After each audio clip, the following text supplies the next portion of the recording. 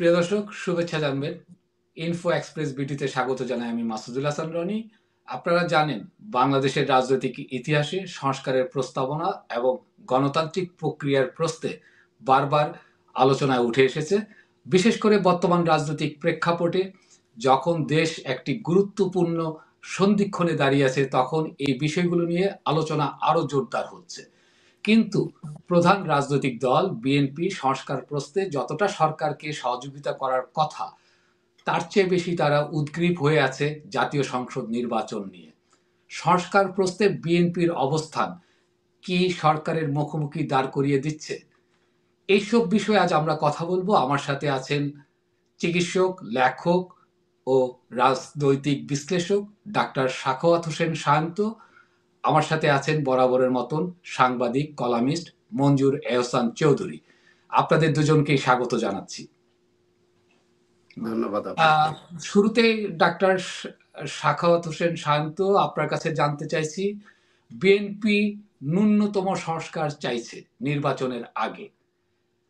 আমাদের সবার মনের মধ্যে একটা প্রশ্ন জনগণ জানতে চাইছে, সেই ন্যূনতম সংস্কারগুলো কি কি? আপনাকে ধন্যবাদ। দেখেন যে সংস্কার প্রশ্নে বাংলাদেশে যে চলমান আলোচনা, এটি ব্যাপ্তি এত বেশি পেয়েছে যে মাঝে মাঝে আমরা শঙ্কাবোধ করি যে সংস্কার শব্দটা শেষ পর্যন্ত একটি গালিতে পরিণত হয় কিনা। আপনার মনে আছে নিশ্চয়ই, তখন আপনি বাংলাদেশে এবং টকশোর সঙ্গে সম্পৃক্ত ছিলেন যে 2006 সালে 1/11 ওই সময় এই সংস্কারকে কেন্দ্র করেই এমন একটা আবহ তৈরি হলো যে সংস্কার পন্থী নামে আওয়ামী লীগ বিএনপিতে একটা পন্থী তৈরি করা হলো এবং তাদের নামই দেয়া হলো সংস্কার পন্থী, এবং তারা পরবর্তীতে এমন কার্যক্রম এবং এমন ভূমিকায় গেলেন যে সংস্কার একটা গালিতে পরিণত হলো। এইবারও সেরকম একটা আশঙ্কা আমরা করি শুরু থেকেই। এটা নিয়ে বেশি বাড়াবাড়ি হচ্ছে। বিএনপির তরফ থেকে কি সংস্কার বিএনপি চায় সেটা লিখিতভাবে এই সরকারকে তারা দিয়েছে। এর আগে রাষ্ট্র মেরামতের রূপরেখার যে 31 দফা বিএনপি দিয়েছে, যার মধ্যে 24টি দফা বিএনপি ছিল, এবং পরে আরো 7টি দফা তাদের সমমনা ডান বাম বিভিন্ন দলের সঙ্গে আলোচনা করে তারা তৈরি করেছে। এই 31 দফা কিন্তু লিখিতভাবে সংস্কারের অঙ্গীকার তারা করেছে। এবং বর্তমান সময়ে যেসব সংস্কারের প্রশ্ন সামনে আসছে, অন্যান্য দল বা সরকারের তরফ থেকে বা সুশীল সমাজের পক্ষ থেকে বলা হচ্ছে, এইটা কিন্তু মোটা দাগে ওই 31 দফার বাইরে খুব বেশি কিছু নাই। 31 দফার মধ্যে হয়তো বিস্তারিত বর্ণনা নেই যে কিভাবে সংস্কার করবে, কতটুকু করবে, কত দিনের মধ্যে করবে। এটা তো একটা ম্যানিফেস্টো এবং অনেক বড় ব্যাপার, কিন্তু মোটা দাগে হেডলাইন গুলি যদি আপনি দেখেন তাহলে সংস্কার কিন্তু ঘুরে ফিরে ওর মধ্যেই আছে, খুব বেশি বাইরে যায়নি। এখন এই যে 31 দফার যে সংস্কার বিএনপি দিয়েছে, কিংবা এই সরকারের কাছে লিখিতভাবে যে সংস্কার প্রস্তাবনা তারা দিয়েছে, এটি কত দিনের মধ্যে করার জন্য বিএনপি কি বা কোন দল বা কোনো ব্যক্তি কি মনে করেন যে এই সংস্কারগুলো 1 বছর 2 বছর 3 বছরে করে ফেলা সম্ভব? তাহলে একটা দীর্ঘমেয়াদী প্রক্রিয়া। তাহলে এই বড় বড় সংস্কার যেটা দীর্ঘমেয়াদী প্রক্রিয়া, আমরা কি ওইরকম দীর্ঘমেয়াদে একটি অনির্বাচিত সরকার, একটা জনপ্রতিনিধিত্ব প্রত্যক্ষ ভোটে নির্বাচিত নয় এমন জনপ্রতিনিধিত্বহীন সরকারের হাতে একটি দেশ পরিচালনা কতটা নিরাপদ? আন্তর্জাতিক সম্পর্ক, সেটা ডক্টর মোহাম্মদ ইউনূস তিনি শুধু আমাদের নয়, অনেকভাবে আমরা দেখি তিনি আন্তর্জাতিক অভিভাবকের মতো একটা জায়গায় আছেন। ফলে এই দিক থেকে আমরা একটা স্বস্তিদায়ক অবস্থায় আছি। কিন্তু দেশের মধ্যে রাষ্ট্র পরিচালনা করতে গেলে, রাজনীতিকে টিকিয়ে রাখতে গেলে, গণতন্ত্র টিকিয়ে রাখতে গেলে, একটি রাজনৈতিক দল দ্বারা গঠিত সরকার যেভাবে একটা রাষ্ট্র ভালো করতে চাইলে অনেক ভালো করতে পারে এবং খারাপ করতে চাইলে অনেক খারাপও করতে পারে, তার উদাহরণও গত 16 বছর আছে, সেই রকম তাদের সক্ষমতা বেশি থাকে। আর যারা রাজনৈতিক দলের সরকার নয়, এইরকম ভাবে অন্তর্বর্তীকালীন সরকার, রুট লেভেল পর্যন্ত তাদের স্ট্রেংথ থাকে না বলে তাদের নানান রকম ভার্নারেবল কন্ডিশন তৈরি হয়।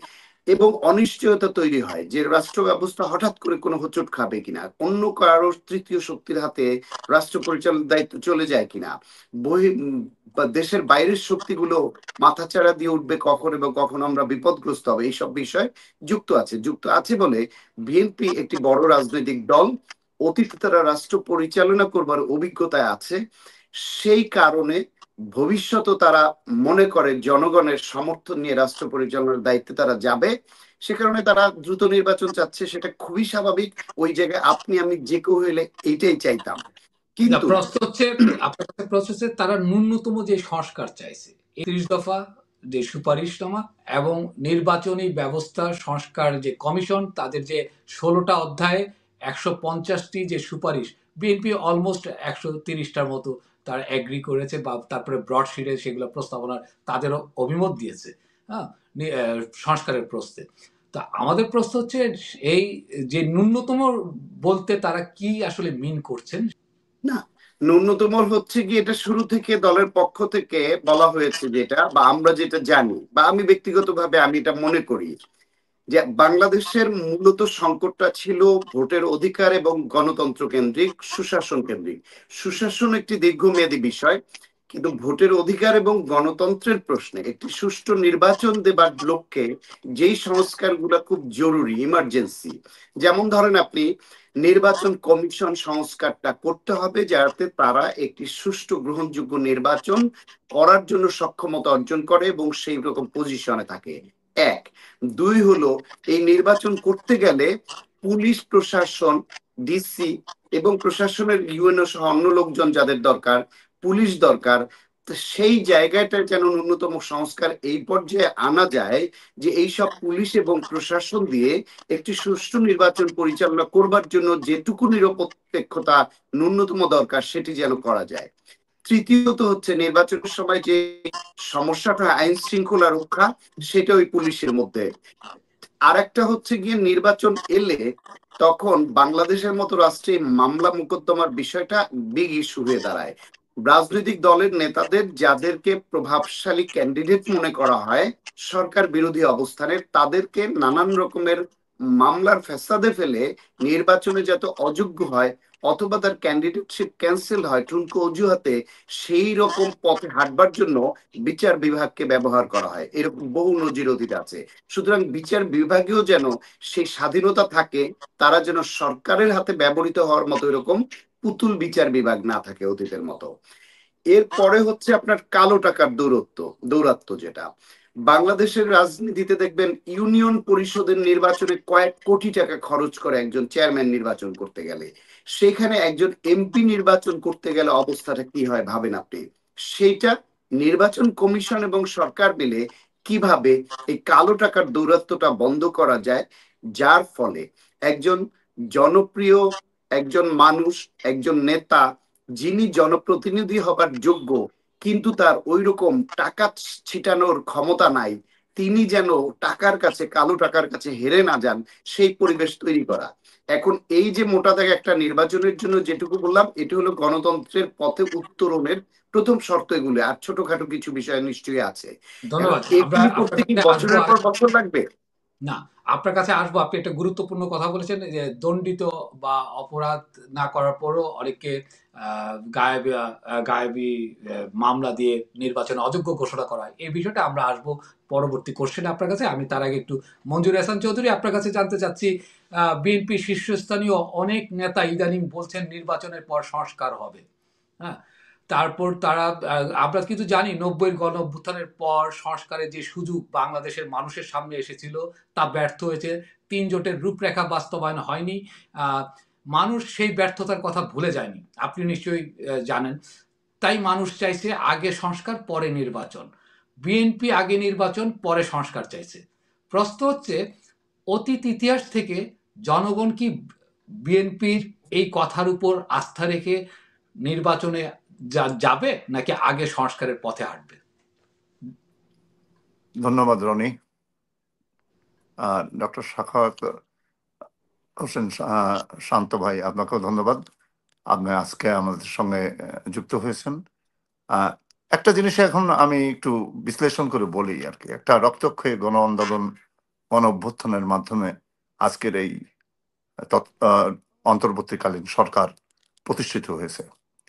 আর এর আগে 14 সালের থেকে শুরু করে যে 3টি নির্বাচন হয়েছে, 3টি নির্বাচনে বাংলাদেশ জাতীয়তাবাদী দল সহ সমমনা দলগুলো একটি নির্দলীয় নিরপেক্ষ সরকারের অধীনে নির্বাচনের দাবি জানায় আসছিল, যেটা আওয়ামী লীগ কায়দাকরণ করে বাতিল করে দিয়েছিল।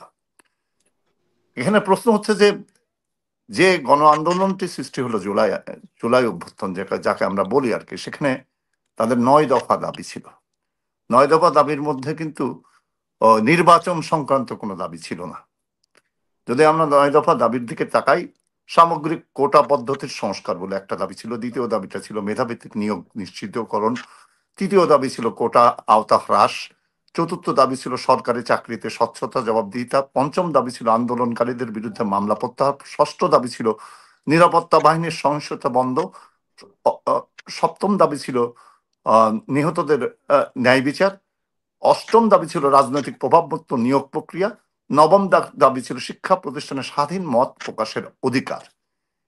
এরপরে যখন 200-রও অতিরিক্ত ছাত্র জনতা হত্যা হয়ে গেল, এরপর তখন এসে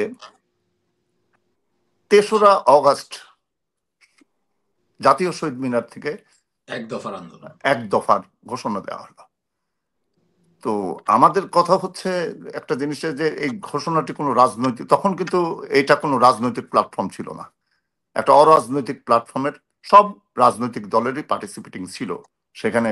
বিএনপি বলি, জামাত বলি, সাধারণ জনতা বলি, মানে বাংলাদেশের আপামর মেহনতি জনতার একমাত্র লীগ ত্যাগ বাদে সবাই কিন্তু কোনো না কোনো ভাবে নির্যাতিত ছিল। তাদের 16-17 বছরের পঞ্জীবিত ক্ষোভ, এই ক্ষোভের বহিঃপ্রকাশ ঘটে যখন এক দফার আন্দোলন আসে। প্রশ্ন হচ্ছে যে এক দফার আন্দোলনের পরে একটি অন্তর্বর্তীকালীন সরকার গঠিত হলো। এই অন্তর্বর্তীকালীন সময় সরকারের প্রায় 8 মাস সময় অতিবাহিত হয়েছে। এই 8 মাস সময়ের মধ্যে আমরা তো এখনো দেখি না যে কোনো রাজনৈতিক দলের সংস্কারের বিষয়ে কোনো প্রস্তাবনা নিয়ে গেছে যে এইভাবে এই সংস্কারটি করা হয়। মনে হচ্ছে যে ওনারা দায়িত্ব নিয়েছেন, ওনারা 20-21 জন, ওনাদের দায়িত্ব হচ্ছে ওনারাই ফর্মুলা বের করবেন, ওনারাই সংস্কার করবেন, ওনারা ন্যূনতম করবেন কি বড় আকারে করবেন, এসব নিয়ে অন্য কারোর মাথা ব্যথা নাই। মূলত এখন যেটা দেখা যাচ্ছে, যে যা আমাদের কাছে মনে হচ্ছে সাধারণ জনগণ হিসাবে আমরা বাইরের থেকে যে দৃষ্টিতে দেখি আর কি, সেই দৃষ্টিতে মনে হচ্ছে যে নির্বাচনটা তো এতই জরুরিভাবে দরকার। এই কারণে নির্বাচন যত বিলম্বিত হচ্ছে তত যেন কোনো না কোনো রাজনৈতিক দলের চরিত্রটা সামনে এসে যাচ্ছে, এবং এই চরিত্র সামনে আসার ক্ষেত্রে দেখা যাচ্ছে যে পতিত স্বৈরাচারী সরকারের যে চরিত্র ছিল তার সঙ্গে কিছুটা মিল খুঁজে পাওয়া যাচ্ছে। এতে করে জনপ্রিয়তা হ্রাস পাচ্ছে, এবং এই জনপ্রিয়তা হ্রাসের কারণে দেখা যাচ্ছে যে নির্বাচন সংক্রান্ত ব্যাপারে খুব জোর জবরদস্তি করা হচ্ছে। স্পষ্টত এই সরকারের প্রধান উপদেষ্টা জানিয়েছেন যে ডিসেম্বর থেকে জুনের মধ্যে নির্বাচন হবে। নির্বাচনের কিন্তু একটা টাইম ফ্রেম, তবুও তাকে বারবার বলা হবে যে না, নির্বাচনের একটা রোডম্যাপ দিন, তারিখ দিন, ঘোষণা করুন। কেন এত আমাদের কেন এত নির্বাচন নিয়ে আমাদের এত উৎসাহিত হওয়া, এত রাগান্বিত আন্দোলনের ঘোষণা দেওয়া? তারপরে কিছু কিছু কথা তো বারবারই আমাদের বলতে হয় যেসব সংস্কার হবে, যখন সংখ্যাগরিষ্ঠতা লাভ করে আমরা সংসদে যাব, সেই সংস্কারের জায়গায় যায় আমরা সেটাকে পরিবর্তনও করতে পারি। এই যে জিনিসটা, এটা বিশ্বাসের, মানুষের মধ্যে একটা বিশ্বাসের অভাব আসছে, সেই জিনিসগুলো লক্ষণ। আর একটা জিনিস খুবই বেশিরভাগ লক্ষ্যজনক আমরা দেখছি যে বিএনপির বাংলাদেশের যে শীর্ষস্থানীয় নেতৃবৃন্দ অবস্থান করছেন তাদের বক্তব্য, এবং বিএনপির ভারপ্রাপ্ত চেয়ারম্যান জনাব তারেক রহমানের যে বক্তব্য, ওনার বক্তব্যের মধ্যে যথেষ্ট সুন্দর সাবলীল বক্তব্য উনি দিচ্ছেন। ওনার মধ্যে কোন রকম হুমকি ধামকি নাই বক্তব্যের মধ্যে। কিন্তু নেতা নেত্রীরা যেসব বক্তব্যগুলো দিচ্ছেন, আমার মনে হচ্ছে যে নেতা নেত্রীদের একটা কোঅর্ডিনেশনের অভাব রয়ে গেছে দলের মধ্যে, যে কারণে ওনারা যে যার মতন বক্তব্য দিচ্ছেন। অথচ বড় বড় পদে অধিষ্ঠিত, যেমন ধরেন আপনার স্থায়ী কমিটির সদস্যরাও এরকম কথা বলছেন, যারা পোর্টফোলিও নিয়ে আসেন তারাও এরকম কথা বলছেন। কোনো কোনো ক্ষেত্রে সরকারকে সহযোগিতা তো দূরের কথা, সরকারকে বিভিন্ন বক্তব্যের মাধ্যমে জনসম্মুখে একটা বিব্রতকর অবস্থায় ফেলা হচ্ছে। এই কারণটার জন্য আসলে একটা অস্থিতিশীল অবস্থার দিকে যাচ্ছে। কেননা নির্বাচনের তো একটা তারিখই ঘোষণা হয়ে গেছে, যে টাইম তারিখ না, ফ্রেম সময় ঘোষণা হয়েছে, সেটা হচ্ছে ডিসেম্বর থেকে জুনের মধ্যে হবে, জুনের মধ্যে। তাই না? ঠিক আছে, আমরা আসবো আপনার কাছে আবার। আমি একটু ডাক্তার সাখাওয়াত হোসেন সায়ন্ত, আপনার কাছে ঘুরে ফিরে সেই বিএনপির সংস্কার নিয়েই কথা বলবো। জানতে চাচ্ছি, বিএনপির যে ৩১ দফা ছিল তার মধ্যে ৩ নম্বর দফায় ছিল সরকারের প্রধানমন্ত্রী এবং মন্ত্রিসভার নির্বাহী ক্ষমতার ভারসাম্য আনা। রাষ্ট্রীয় ক্ষমতার ভারসাম্য প্রতিষ্ঠার লক্ষ্যে নির্বাহী বিভাগ, আইন বিভাগ, বিচার বিভাগের ক্ষমতা, দায়িত্ব ও কর্তব্যের সুসমন্বয় করার কথা বলেছিল বিএনপি। কিন্তু অন্তর্বর্তী সরকারের নির্বাচনী সংস্কার কমিশনও একই সুপারিশ করেছে। পরবর্তী সময় আমরা কিন্তু দেখতে পাচ্ছি বিএনপি এই সুপারিশনামার বিরোধিতা করছে। কেন? না, অবশ্যই বিএনপি ফ্যাসিস্ট পথে হাঁটতে চায় না, যে সেটা বিএনপির নানান রকমের কাজ, উদ্যোগ এবং বক্তব্য ইতিমধ্যে মানুষের কাছে স্পষ্ট করেছে। বাংলাদেশের দানবীয় একটি ফ্যাসিস্ট হবার জন্য প্রধান যে উপাদান সেটি হচ্ছে ভোটের অধিকার। সেই ভোটের অধিকারটা, যেটা মঞ্জুর ভাই বলছিলেন যে 14 সাল, 18 সাল এবং 24 সালে পুরোপুরি কেড়ে নেওয়া হয়েছিল। এর ফলে মানুষ তার জনপ্রতিনিধি নির্বাচন করবার যে রায়, সে রায়টা দিতে পারেনি। এখন বিএনপি 16 বছর ধরে কেয়ারটেকার গভর্নমেন্টের জন্য বা একটি নির্দলীয় সরকারের অধীনে নির্বাচনের জন্য আন্দোলন সংগ্রাম করে আসছে, জীবন দিয়েছে, হামলা মামলার শিকার হয়েছে, গুম খুনের শিকার হয়েছে, হাজারে হাজারে লাখে লাখে মামলা ফেস করেছে। সেই বিএনপিকে আপনার মনে হয় যে ভবিষ্যতে যদি রাষ্ট্র পরিচালনার দায়িত্বে আসেও, তাহলে কি তারা কোনোদিন বলতে পারবে যে এই নির্বাচনকালীন কেয়ারটেকার গভর্নমেন্ট আমরা মানি না? এটা তারা বলতে পারবে না। তাদের অবস্থানগত কারণে এটা বলা তাদের পক্ষে, যদি কারো কারো মনে থেকেও তাকে সুপ্ত বাসনা যে নির্বাচন ম্যানিপুলেট করে স্বৈরাচারী কায়দায় ক্ষমতায় থাকবে, সেটি তাদের পক্ষে সম্ভব নয়, তাদের এই 16 বছরের অবস্থানের কারণে। মানুষ সেটি মেনে নিবে না। তাহলে ভোটের অধিকারটা যদি জনগণের হাতে চলে যায়, তাহলে তো নেতৃত্ব নির্বাচনের জায়গা থেকে মানুষ একটা ফ্রিডম পেয়ে গেল, তাদের মানে পছন্দ প্রকাশ করবার একটা ফ্রিডম, একটা হাতিয়ার তাদের হাতে চলে গেল। তাহলে বিএনপিকেও রাষ্ট্র পরিচালনা করতে গেলে ভাবতে হবে যে 5 বছর পরে বা 4 বছর পরে, যেই মেয়াদই হোক, 5 বছর পরে নির্বাচন দিলে জনগণের হাতে আবার রায় দেওয়ার ক্ষমতাটা চলে যাবে, যে তারা আমাদেরকেই রাষ্ট্র পরিচালনার দায়িত্ব দিবে না অন্যদের দিবে। এবং এদেশে রাষ্ট্র পরিচালনার বাইরে গেলে কি হয় সেটা তারা জানে। জনগণ যদি খেপে যায় কি হয় তার নিকট অতীতে তার নজির আছে। সুতরাং এটি বিষয়, বড় বিষয় নয়। আর একটা হচ্ছে বিএনপি নির্বাচন তাড়াতাড়ি কেন যাচ্ছে? বিএনপি কেন, বিএনপির সঙ্গে অনেক দল চাচ্ছে, যেটা মঞ্জুর একটু ভিন্ন ব্যাখ্যা দিলেন। আপনি সপ্তাহ 2 আগে বাংলাদেশে যখন সার্জিস সেনা প্রধানকে নিয়ে একটা বক্তব্য দিল, হাসনাত একটা বক্তব্য দিল, হাসনাত প্রথমে শুরুটা করলো, সার্জিস একটু ভিন্ন বক্তব্য দিল, পাটুয়ারি আরেক রকমের বক্তব্য দিয়ে তার বিরুদ্ধে দাঁড়ালো, যেটা শিষ্টাচার বহির্ভূত, এবং এমন একটা ঘোলাটে অবস্থা উপদেষ্টা তৈরি হলো। আসিফও এক ধরনের বক্তব্য দিয়েছিল, আসিফ একদম দিল, এমন একটা ঘোলাটে, আসিফ সরাসরি সেনা প্রধান এবং প্রধান উপদেষ্টার আস্থার সংকট তৈরি হবার মতো একটি কথা তিনি ডিসক্লোজ করে দিলেন। এমন একটা পরিস্থিতি যে এই দুই জায়গার দুই শীর্ষ ব্যক্তি মুখোমুখি দাঁড়ালে বিব্রত হওয়া ছাড়া কোনো উপায় নেই। এরকম কথা একে অপরের বিরুদ্ধে প্রত্যক্ষভাবে লাগিয়ে ডিসক্লোজ করে দিল। সেই রকম পরিস্থিতিতে ছাত্ররা সেনানিবাস আক্রমণ করতে পারে এরকম একটা গুজব ছড়িয়ে গেল, সারা দেশে রাস্তাঘাটে সেনা মোতায়েন বেড়ে গেল।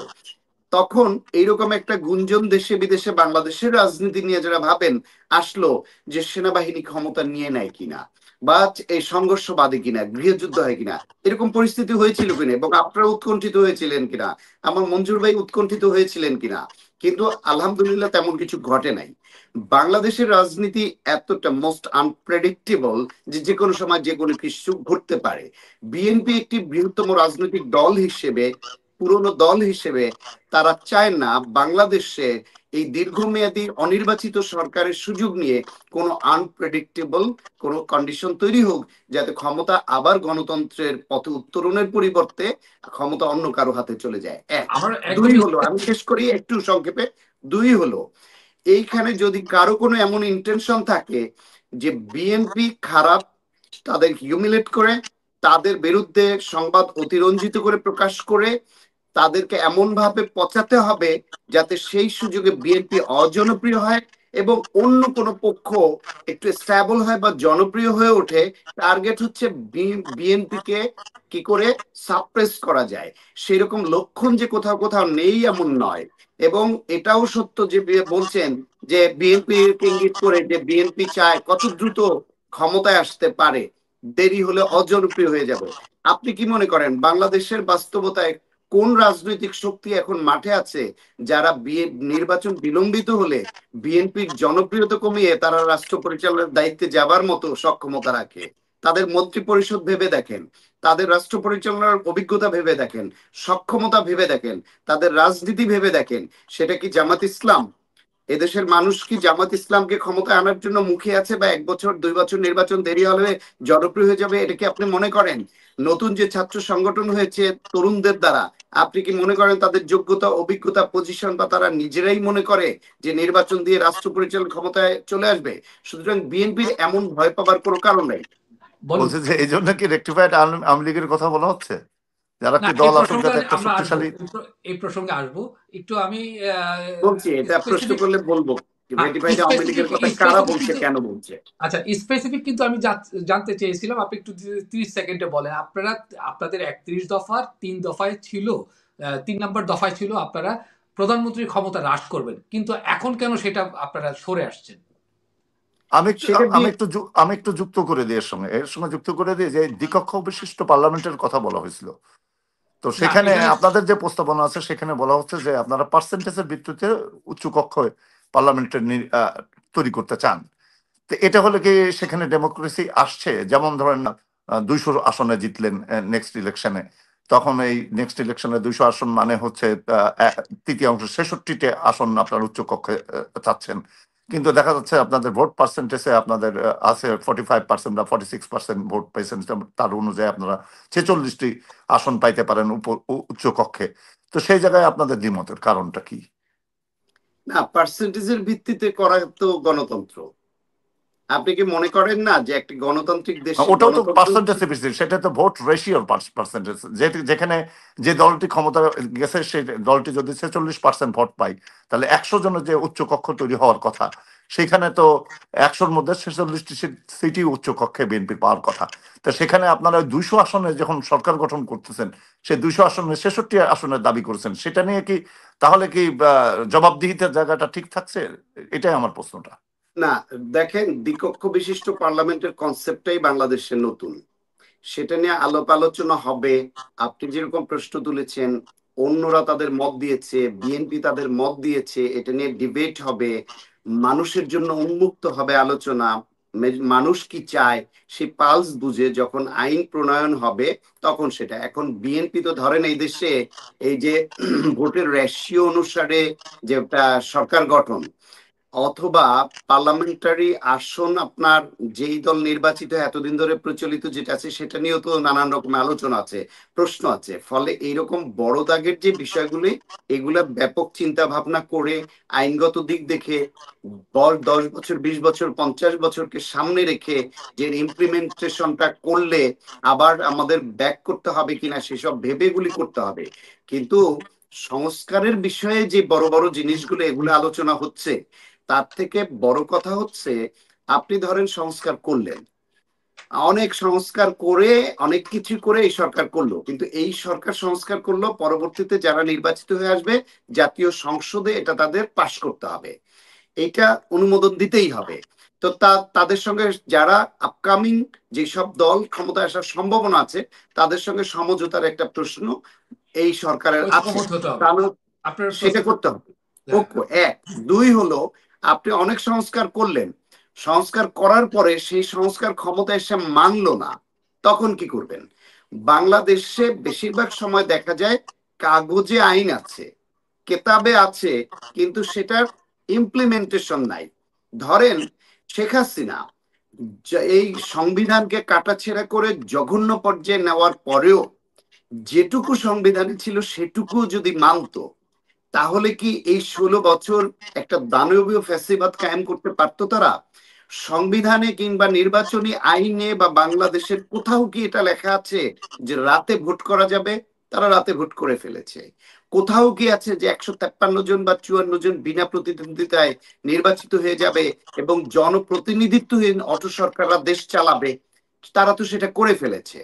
কোথাও কি আছে যে বিরোধী দলের নামে গায়েবী মামলা দিয়ে, হাজার হাজার লক্ষ লক্ষ মামলা দিয়ে তাদেরকে জেলে রেখে অথবা দৌড়ের উপর রেখে একা রাষ্ট্র চালানোর জন্য এই দানবী ইতিহাস তো হতে আমরা আছে? সবাই, এই এখন ইতিহাস কথা হচ্ছে কনক্লুশনটা দিয়ে এইভাবে যে সংবিধানে অনেক কিছু থাকার পরে সেটা ভেঙে যে দানব হলো, যদি সেটা দৃষ্টান্তমূলক শাস্তির বিধান করতে আপনি না পারেন, তাহলে ভবিষ্যতে যারা আসবে তাদের জন্য যদি একটা ভয় সামনে দাঁড় করাতে না পারেন যে কেউ যদি আইন ভাঙে, সংবিধান ভাঙে, নিজের মতো করে, তাহলে তাদের এইরকম বিচারের মুখোমুখি হতে হয়, সেটাও একটা এক্সাম্পল। সেই এক্সাম্পল কি গত 8-9 মাসে আমরা ন্যূনতম শুরু দেখেছি?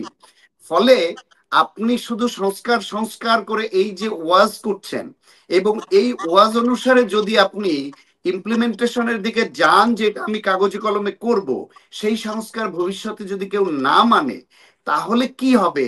তার এক্সাম্পল হিসেবে ফ্যাসিবাদ সরকারের এই যে সংবিধানকে না মানা, এই যে তাদের আইন না মানা, এই যে বিচার বিভাগকে ব্যবহার করে একজন নির্দোষ মানুষকে জেল দিয়ে তাদেরকে যে জীবন ধ্বংস করে দেয়া, খালেদা জিয়ার মতো নেত্রীকে যেভাবে যেই বিচারকের রায়ে জেল হয়েছিল, আজকে আরেক বিচারকের রায়ে তিনি মুক্ত হয়ে গেলেন, তাহলে আগের বিচারক ভুল করেছিল। আর আগের বিচারক যদি ঠিক করে থাকে তাহলে এখনকার বিচারক ভুল করেছে। আমরা আসলে আপনার সেই বিচারের প্রশ্নটি সামনে আনছে কিনা? ডাক্তার শান্ত, আমরা বিচার বিভাগ নিয়ে, এগুলো নিয়ে আমরা অনেক কথা আছে, এই বিষয়ে এখন আর যেতে চাচ্ছি না। একটু আমি আপনার কাছে না, আবার আসবো এক্ষেত্রে ছোট্ট একটা করে। ব্যাপার আছে যে আমি এই একটু যে জিনিসটা যে মঞ্জুরুল হাসান 91 সালে চৌধুরী, যে 3 জোটের রূপরেখা ছিল সেটা তো তখন বিএনপি ক্ষমতায় আসার পরে মানে নাই। হ্যাঁ আচ্ছা, বিএনপি আমি ক্ষমতায় আপনার কাছে আসার একটু, মানে নাই, তার খেসারত বিএনপি দিয়েছে। বিএনপি কি তার মানে 95-96 সালে, হ্যাঁ, বিএনপি কি 95-96 সালে তত্ত্বাবধায়ক সরকার ব্যবস্থা না মেনে তারা যে বিরোধী দলের আন্দোলন ফেস করেছে এবং এক পর্যায়ে বাধ্য হয়েছে তত্ত্বাবধায়ক সরকার দিতে, সেটি কি তাদের মেমোরিতে নাই? তারা কি সেটা সেই খেসারত দেয়নি? সুতরাং বিএনপি বারবার যদি একই ভুল করে, বিএনপি তার খেসারত দিবে জনগণের হাতে। আপনি কিন্তু আগে বিএনপির এই জনগণের ভুলের হাতে কারণে ক্ষমতাটা সারা ফেরত দেন। বাংলাদেশের জনগণ যে 16টা বছর খেসারত দিল, সেই খেসারতটা কি না, করে আমরা প্রতিকার 16টা পাবো? বছর 16টা এটা তো বছর বিএনপিরই খেসারতের ভুলের কারণে হয়েছে। কেন বিএনপির ভুলের কারণে হবে? বিএনপি তত্ত্বাবধায়ক সরকার দিয়ে যায়নি, সেই তত্ত্বাবধায়ক সরকার হত্যা করেছে শেখ হাসিনা। আপনি সেই দায়ও যদি বিএনপির ঘাড়ে দিতে চান, তাহলে আমি জানি, আপনারা যারা বিএনপি কে হিউমিলেট করে চাঁদাবাজ বা অজনপ্রিয়তার যে প্রোপাগান্ডা নিয়ে মাঠে নেমেছেন, তাদের ভূমিকা ওই রকমই হবে যে 16 বছর যে 3টি নির্বাচন আচ্ছা, হলো না, তার দায়ও আপনারা বিএনপির ঘাড়ে দিবেন। So all the equal in same row. Okay, আমি একটু আপনার কাছে আসবো। আমি ছোট্ট করে জানতে চাচ্ছি, মঞ্জুর হাসান চৌধুরী, সংস্কার ছাড়া নির্বাচন হলে আবারও ফেসিবাদের উত্থান হবার সম্ভাবনা, আশঙ্কা অনেকেই করছেন। আপনার একটু ছোট্ট করে যদি আপনি বলেন, কেননা সংস্কার এড়িয়ে গেছেন। করেও যদি নির্বাচন করা যায়, তো নির্বাচিত হওয়ার পরে যদি সেই দলের ইচ্ছা থাকে যে সে স্বৈরতান্ত্রিক হয়ে যাবে, শোষক হয়ে যাবে, তার নিজের মতো করে দেশ চালাতে যাবে, সে তার সংস্কার করার পরে সে সংবিধান নাও মানতে পারে। সেটা তো স্বাভাবিক। মানল না সংবিধান, কি হবে? তারপরে এভাবে না মেনে যদি কোনো একটি দল 15টা বছর ক্ষমতায় থাকতে পারে, তবে যে দল ক্ষমতায় আসবে সে দলও এরকম সংবিধান লঙ্ঘন করে 10-15 বছর তো ক্ষমতায় থাকার একটা প্র্যাকটিস আমরা দেখে আসছি, সেটাও করা সম্ভব হতে পারে। এটা তো অস্বাভাবিক কোনো কিছু না। তবে সংস্কারের একটা দৃষ্টান্ত সৃষ্টি করে দেওয়া উচিত এবং দেখানো উচিত যে আমরা এই সংস্কার করেছি, এবং যা সম্মুখে প্রচার হওয়া উচিত, প্রকাশ হওয়া উচিত। এবং সেই সংস্কার যখন না মানবে, তখন ঘন ঘন আমাদের জন্য এই বিপ্লব দেখতে হবে ভবিষ্যতে। তাছাড়া তো উপায় নেই, জনগণ তো এটাই পারে, এছাড়া তো কিছু পারে না। ধন্যবাদ। আপনারা যারা, আমি আমি একটা কথা বলি এ প্রসঙ্গে, আপনারা আমরা অনেকেই যারা সংস্কারের জন্য উচ্চকণ্ঠ, এই সংস্কার চাওয়ার ভিড়ে, এই উচ্চকণ্ঠের ভিড়ে এই যে 16 বছর দানবীয় ফ্যাসিবাদ কায়দায় যারা দেশ চালালো, সংবিধান পরিবর্তনের পরও যেটা ছিল সেটিও মানলো না, নির্বাচনের আইন মানলো না, বিচার বিভাগকে বৃদ্ধাঙ্গুলি দেখিয়ে ইচ্ছা মতো অঙ্গুলি হেলনে চালালো, প্রশাসন পুলিশকে দানবীয় কায়দায় চালালো, তাদের বিচারের প্রশ্নটা কেন বড় করে দেখা দিচ্ছে না? তাদের যদি আপনি বিচার করে দৃষ্টান্ত স্থাপন করতে পারেন, পাশাপাশি সংস্কার করে অন্যদের জন্য যদি এই এক্সাম্পল তৈরি করতে পারেন ডাক্তার যে সাকা আইন না মানলে তোমাদের পরিণতি এই হবে, সেটা একটা বড় কাজ হতো। কিন্তু আজকে যারা সংস্কারের জন্য আমরা উচ্চকণ্ঠ, দুদিন আগেও যাদের বিচারের ব্যাপারে কথা বলতে দেখছি, তাদের কাছে বিচারের ব্যাপারে তো আপনার আমরা সাথে একটু উচ্চকণ্ঠ আমি দেখছি না। যুক্ত করে এই প্রশ্নটা আপনি যেটা প্রশ্ন তুলেছেন, যে প্রশ্ন তুলেছেন সেই প্রশ্নে একটু আমি যুক্ত করতে চাই। আহ, আন্তর্জাতিক অপরাধ ট্রাইব্যুনালে মামলায় অভিযুক্তদের নির্বাচনে অযোগ্য করার সুপারিশ করেছিল নির্বাচন ব্যবস্থা সংস্কার কমিশন। আহ, সেখানে শেখ হাসিনা সহ 31 জন বয়োজ্যেষ্ঠ আওয়ামী নেতার বিরুদ্ধে মামলা হয়েছে চলমান। আহ, সুপারিশ বাস্তবায়ন হলে অভিযুক্তরা নির্বাচন করতে পারবেন না। আমরা দেখেছি এই বিষয়ে বিএনপি এই সুপারিশের সঙ্গে একমত পোষণ করেনি। দলটির মতে এই মুহূর্তে প্রার্থীর যোগ্যতা অযোগ্যতা নির্ধারণ অনাবশ্যক তারা মনে করছে। প্রশ্ন হচ্ছে, বিএনপির এই বক্তব্য কি ইঙ্গিত করে জুলাই অগাস্ট গণ অভ্যুত্থানে যেসব হত্যাকাণ্ডে জড়িত অপরাধীদের নির্বাচন করুক, এরকম কি এটা প্রমাণ করে?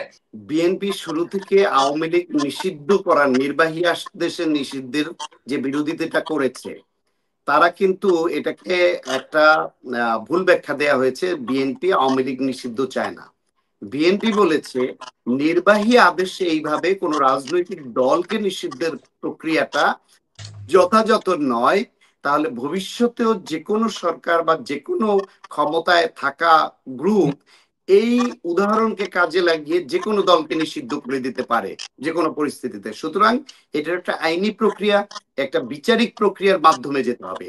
ঠিক একইভাবে আপনি বলেন বাংলাদেশের আইনে, সংবিধানে কোথায় আপনি পাবেন যে একজন লোক শুধু অভিযুক্ত হলে তাকে আপনি নির্বাচনে অযোগ্য করা কিংবা কোনো শাস্তির রায় দিয়ে দিলেন?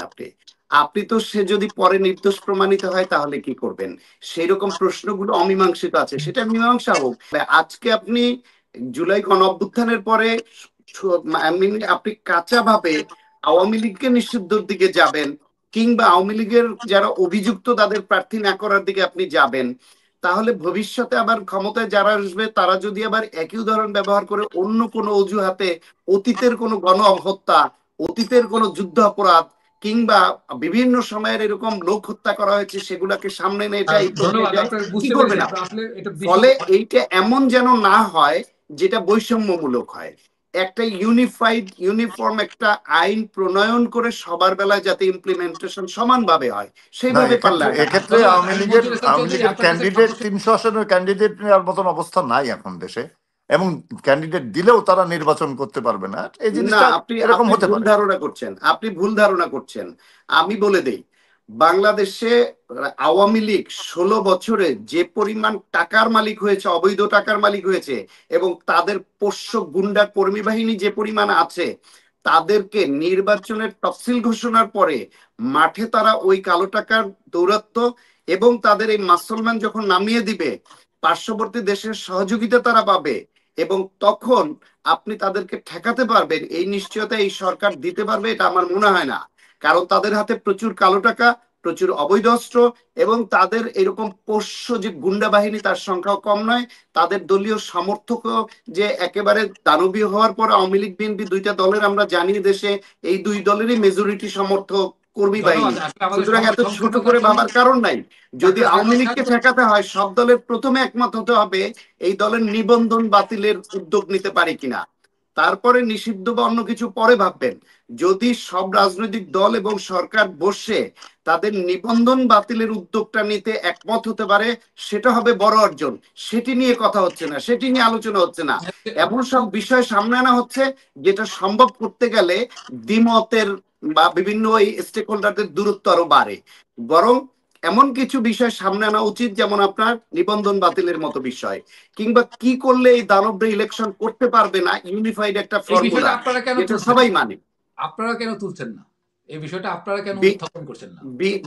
বিএনপি রাজনীতি করে, আচ্ছা, ঠিক আছে। সরকার সরকারের ধন্যবাদ, রাজনীতি ধন্যবাদ করছে, ডাক্তার ছাত্ররা সাখাওয়াত তাদের হোসেন শান্ত। রাজনীতি করছে। ডাক্তার সাখাওয়াত হোসেন শান্ত, আপনাকে অসংখ্য ধন্যবাদ। অনেক বিষয় জানার ছিল, কিন্তু এটা বিশদ আলোচনার বিষয়, এই স্বল্প সময়ে সম্ভব না। আমি একটু ছোট্ট করে 10 সেকেন্ড আপনার কাছে, মঞ্জুর হাসান চৌধুরী, আপনার কাছে শুনতে চাচ্ছি।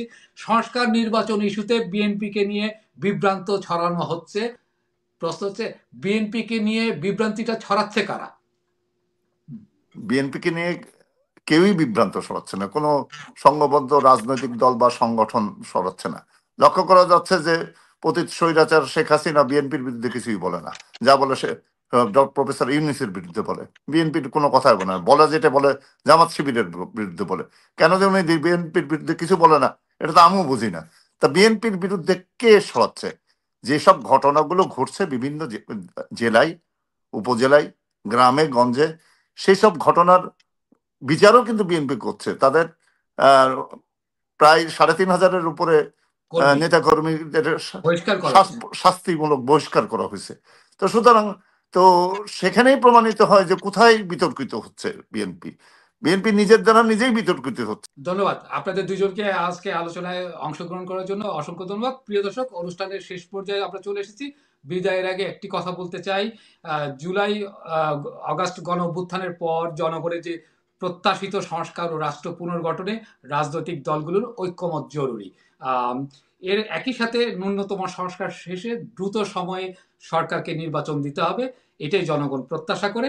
এতক্ষণ আমাদের সাথে থাকার জন্য আপনাদের অসংখ্য ধন্যবাদ।